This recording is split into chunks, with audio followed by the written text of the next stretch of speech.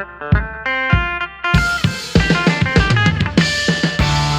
is the Down and Dirty Dynasty Fantasy Football Podcast with your host, Nick Anderson. What is up, Dynasty Degenerates? This is your host, Nick Anderson, with the Down and Dirty Dynasty Fantasy Football Podcast, or as you know it, the Triple DFFP. And guys, like I said, we're going to be getting these out rapid fire, so you've got to like, share, and subscribe down at the bottom, or you're going to be missing some of these.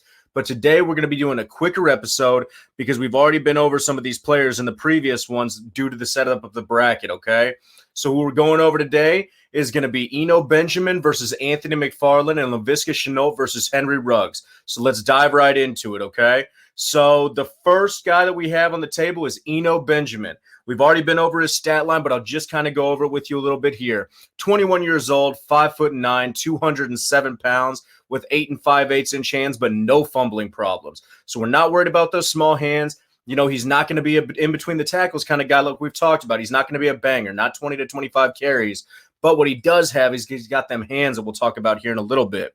He ran a 4.57 at the combine, which is surprisingly slow when you look at what he's putting out there on the field. But what he lacks in that speed in the straight line for the 40, he makes up for in burst. He had a 39-inch vertical, 122-inch broad jump, and then in that shorter, in the three cone, he had 6.97 and a 4.25 short shuttle. That's an excellent split, and like I said, it shows that he's quicker than fast, and he doesn't need to be straight line fast for the shit that he excels in. Same way with Clyde Edwards-Helaire. He doesn't have the greatest 40, but because he's so damn elusive and so damn shifty, he gets it done.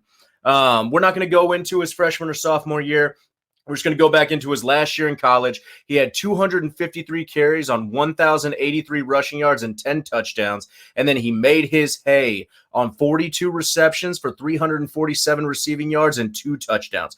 That's where he's going to be elite at. That's what he's great at, is catching. He's great at making yards after catch, making yards after carry. He's super elusive, has great hands, and he's going to fit into a system being relegated into the passing game in some NFL program. He had a 14.4% of the college target share, which is the 92nd percentile amongst his peers, which just shows how great he is in the passing game. He had a 37.4 college dominator rating. Like we were talking about with his speed score, he had a 94.9 speed score, but then he made up for it with a 127.3 burst score, which is in the 87th percentile. Like I talked about before, guys, he's Clyde Edwards-Helaire light. He's going to be a later round Clyde Edwards-Helaire like back that you can get. So if you think that Clyde is going to be successful, you've got to kind of lean the same way with Eno, because he's not going to be, he's never going to be a stud back like we talked about. He's never going to do that. But what he is going to do is he's going to fit in immediately into a system as that scat receiving back. And that's points. And that's what we're looking for in picks, man. So, he's got good patience, good vision, but he does have a shitty offensive line, and I think that's why his numbers were a little bit depleted his last season at Arizona State, because he put up 1,642 rushing yards the year before. So I think that's a product of bad offensive line play, which has kind of left him with a little bit of scars trying to get too cute back there behind the line. But, I think he's going to be able to overcome it, and he's going to fit right into a system in the NFL as a receiving back. So don't expect bell cow numbers from him, but I think that you can expect immediate production from him. So, it depends on what you like. Then we look at his competition, though, Anthony McFarland. And Anthony McFarland, he's an elusive back at 5'8", 208 pounds with 8 7/8 inch hands. He did have 4 fumbles in between 2018 and 2019. It's not something I'm super worried about, but just something to keep your eye on. His combine numbers, he ran a 4.44 unofficial 40. He had 29.5-inch vertical and 116-inch broad jump, which is not very bursty, not very explosive, but that 4.44 is fast, man. We're just going to go into his last year in Maryland. His sophomore year, he ran for 114 carries on 614 yards and 8 touchdowns, combined with 17 receptions for 126 receiving yards and 1 touchdown. Now, those numbers don't seem super impressive, but he was fighting through a high ankle sprain the entire season. Everything that you read that's coming out of their coach's mouth is saying that he was going to be the bell cow. He was just hampered by an injury the whole season. If you look at his freshman season, he had 1,034 rushing yards on a freshman season. You know that he was going to blow up his sophomore year, but he was hampered by an injury the entire time. He had 107 speed score, which puts him in the 86 or 85th percentile. But he only had a 108.2 burst score, which is the 8th percentile. So that's low, low, low. But what I can tell you is when I'm watching him out there on the field, he is much more explosive than that burst score is giving him. He can jet through he can come out the other side of that defensive line just like a fucking firecracker. He's got the ability to put a spin move on somebody, a juke and all that.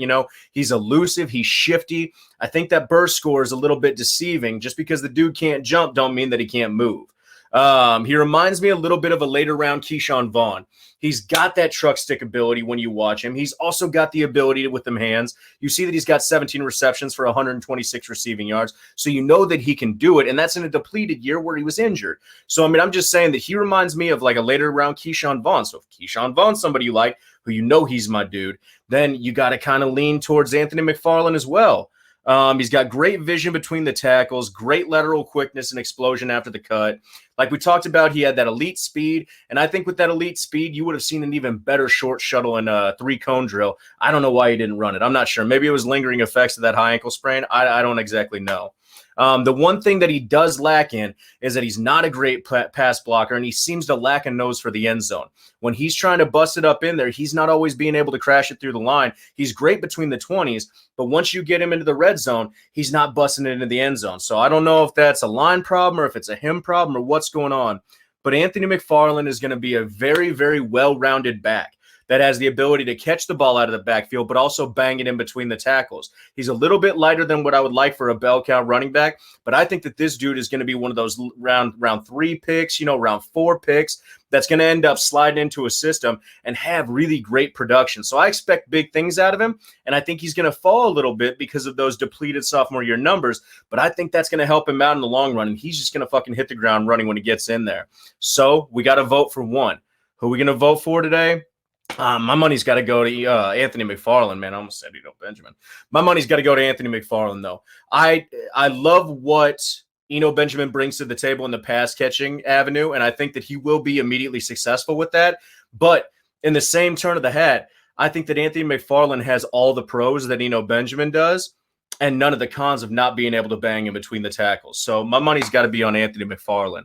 Now we're going to run down into the wide receiver bracket. And like I said, we're going super fast on this stuff because we've talked about these guys before. If you get lost in the minutia of it, go back and watch the other episodes. We talk about all this stuff. It's never too late to watch the old episodes. The draft hasn't even happened yet. And this is all about incoming rookies, so it's going to be super helpful for you guys.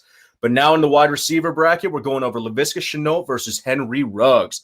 And so, we got to talk about my boy Laviska Shenault first. He's 21.5 years old, 6'1" and 227 pounds. I can't get over it every time I say it. The dude is a grown-ass man. 9-inch hands with 31 and 7/8-inch arms, which is a good wingspan for his size. We know the story with him. He's injured. He's injury prone. He has that going for him. He ran the 40 at the combine. It was only a 4.58, but I think that number would have been way, way lower watching him play out there on the field, okay? Let's look at his last year's production at Colorado. He had 56 receptions for 764 yards and 4 touchdowns, accompanied by what makes him an X factor is he's got 23 rushes on 161 yards and 2 touchdowns. Now, man, when Laviska Shenault, I've said it and I've said it and I've said it and I'm going to say it again. He is the most comfortable wide receiver in this draft class with the ball in his hands. The guy is just lightning in a bottle once you get him with the ball in his hands, and he's a monster in yards after catch.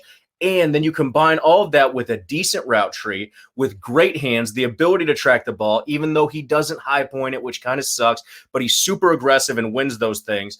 And then you accompany that with his ability to be able to carry the ball out of the backfield, a la Deebo Samuel, you're looking at a great prospect right there.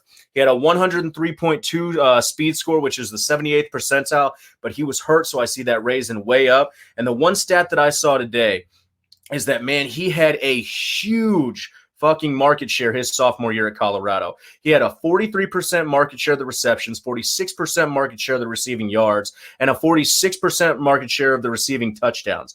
A team relying on a guy that much just shows you, maybe why he's broken down so much, why he's so injured, because they're just fucking – I saw him do a red zone carry the other day in a clip.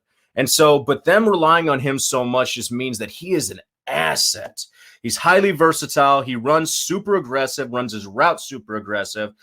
He's electric with the ball in his hands. And so for all those reasons, that's why we love Laviska, you know? But then we got to go down and look at his opponent, the lightning speedster, Henry Ruggs. He's a smaller, more explosive wide receiver at 5'11", 188 pounds. For his height, he has a good catch radius with 30.5-inch arms. He's got ungodly large hands at 10.5 inches. His combine numbers, we know it. He's fast as fuck. He ran a 4.27 second 40, which is an 8 top fastest 40s of all time. He had a 42-inch vertical. He had a 131-inch broad jump, which is just bouncing through the damn roof. Let's look at his last year at Alabama. He had 40 receptions for 746 receiving yards and 7 touchdowns. But the one thing problematic about him at Alabama is that he never had a breakout year. He had elite competition around him, but you want to see that early breakout year, like with Laviska Shenault. He had a 19.9 age breakout year, which is a little bit older than we want, but it's still something. Henry Ruggs never broke out. He never commanded the market share of that Alabama offense like you'd want him to. But, you know, we can't be perfect. He had a 110 speed score, which is in the 90th percentile, 136.9% burst score, which is in the 98th percentile. The guy just makes space with his routes. He's got great hands. He doesn't have contested catches, but he doesn't have contested catches because he's making space. You don't have to be having contested catches if you're making space. We talked about that in previous episodes. He's got just an absolutely insane stop-start ability, you know. So just in conclusion, the guy is a fucking speedster who's versatile and is just going to be lightning in a bottle out there on the field. And so when it comes down to voting between Laviska Shenault or Henry Ruggs, I got to go Henry Ruggs. Even though I hate to do my boy Laviska like that, I got to go with Henry Ruggs because he is just – I think that he's going to work in today's NFL. I love the aggression of Laviska Shenault, and he's going to be my guy. Like, I love his playing style, but I got to go with Henry Ruggs. And so – that's the picks, man. We did it real quick today, and I hope that you like it. Go back and watch the other episodes, and if you don't, fuck it, because I'm drunk.